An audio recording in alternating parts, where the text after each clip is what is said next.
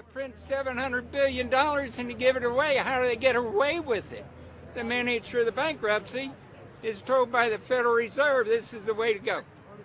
That's where we're at today. Yes, we should point out, Congressman Ron Paul now has a huge amount of sponsors for a bill in the House of Representatives to abolish the private Federal Reserve crime syndicate.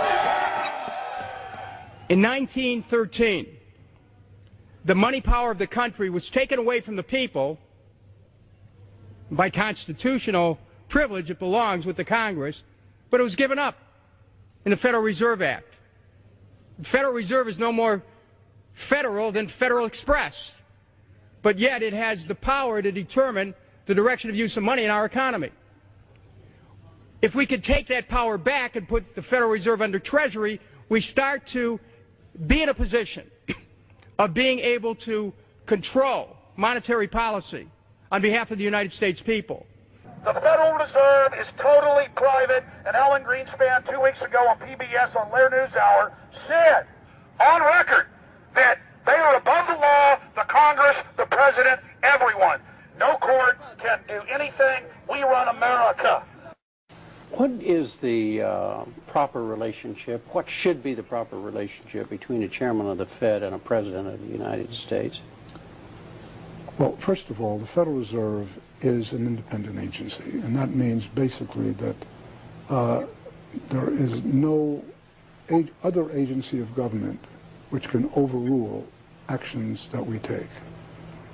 So long as that is in place and there is no evidence that the administration or the Congress or anybody else is requesting that we do things other than what we think is the appropriate thing, then what the relationships are don't frankly matter. Notice what Greenspan is saying. Greenspan is saying the Federal Reserve is beyond the law. And in reality, they are in practice beyond the law. Nobody, as far as I know, has ever audited the Federal Reserve. One of the first things we ought to do when we nationalize the Fed is go in there and find out the audit. Who stole money? Who engaged in corruption? There's a whole series of people going back to Volcker, to Greenspan, to Bernanke, and so forth. Think of the arrogance of private group of banks that have bankrupted the nation by design so they can repo the country.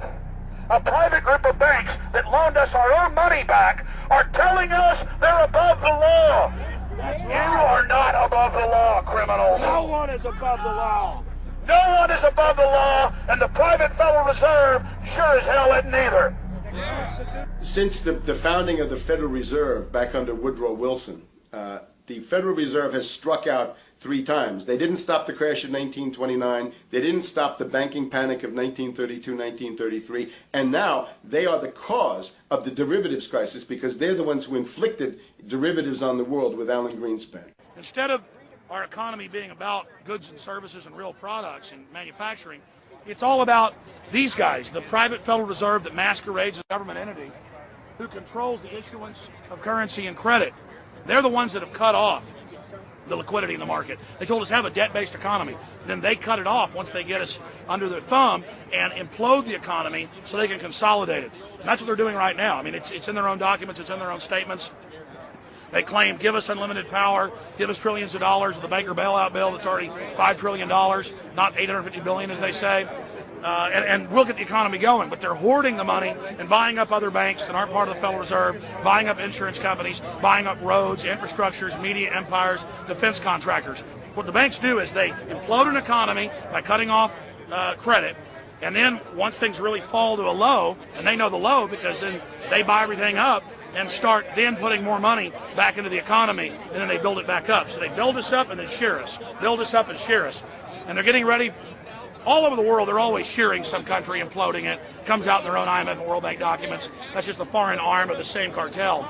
And these are the people who claim to be the saviors of the economy, the people who have created every important crisis in the past 100 years, the Federal Reserve. So it's illegal, it's unconstitutional, and it's a failure. And I think the failure is what everybody can see right now. Yeah, what they do is they make you think Clinton's evil in running things. Then, oh, Bush will save us. And then, oh, Bush was evil. Now we'll be saved by Barack Obama, but he's just a puppet. But as we get deeper into this phase, when they implode the economy, they have all the money and all the control, but they also like to pose as the savior. So Obama is meant to be the savior during the Depression, and he'll save us with a 1 million person, he said, is bigger than our military, domestic spy force, a 3 million person environmental spy force. So giving people these jobs to be government bureaucrats and spies to go out and manage the other 290-something million Americans.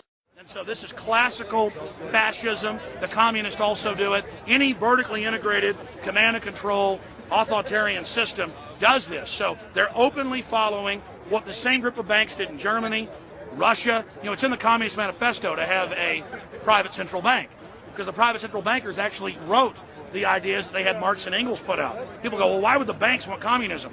It doesn't exist. They rape us, they consolidate us, they put us into work brigades, they make us slaves, and they say it's a people's paradise. Look at it, boy, you're really doing good. And then they transfer all the wealth of the nation offshore. The globalists are outside all the nations. That gives them safety, and they play countries off against each other.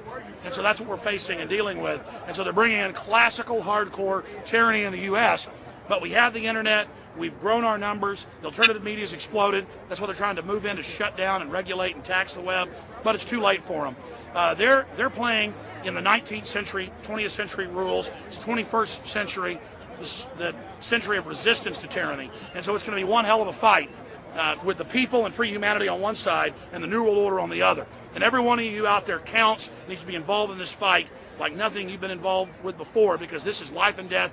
Everything depends on exposing these people. Everything depends on showing the people that this is the New World Order, this is the criminals.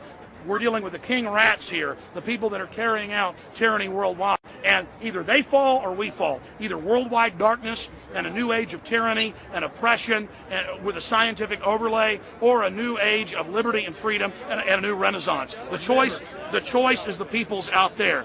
Okay, we can tell you what's going on. You can check it out for yourself and find out it's true. But don't wait. Investigate now. Get involved now. Go out there and reach out now. We don't have time. If you're looking for the solution, look in the mirror. Look right into the mirror, because you out there, men, women, old, young, black, white, doesn't matter. It's going to be up to you if they win or if liberty succeeds and the people have a chance of having any future. These are cold-blooded eugenicists. These are cold-blooded people who think they're God, think that they're our masters, that think that we're animals. These are the guys that funded Lenin and Stalin and Hitler and Mao. These are the guys, it's all on record, that bankroll this stuff. They are hardcore vicious, and they must be resisted. Up until about the Kennedy assassination and the beginning of the war in Vietnam, the United States is a very powerful engine for world progress. It's the assassinations, the Kennedy assassination and the others in the 1960s, the beginning of the Vietnam War, and the beginning of the absolute domination of the Wall Street group over every other interest. Nobody else counts except the Wall Street money masters. That has now made the United States into no longer a force for progress, but something very different, often a force for destruction in the world. That doesn't need to remain that way. The interest of the American people is to fight to take your government back from Wall Street and make the United States a force for progress in the world, which we easily could do if we could just break the power of the people behind Obama. The main banks of Europe, which were started by Adam Weishaupt and Rothschild, the Banque Nationale de Paris, the Bank of England, the Bank of Italy, have all financed the messianic and war leaders of the last 200 years. Napoleon, Lenin, Stalin. They backed Adolf Hitler. They backed Franklin Delano Roosevelt. And they are backing right now Barack Obama.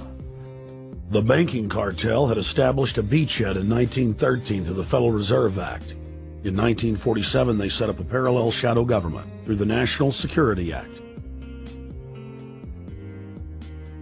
From 47 on, the national security state began the long process of absorbing federal and state bureaucracies, while at the same time undermining the constitutional power of Congress and dominating the executive branch. By controlling the issuance of currency and credit, the private Federal Reserve was able to buy up most of the Fortune 500. And if a company wouldn't sell, the bankers would unleash federal regulators to run them out of business.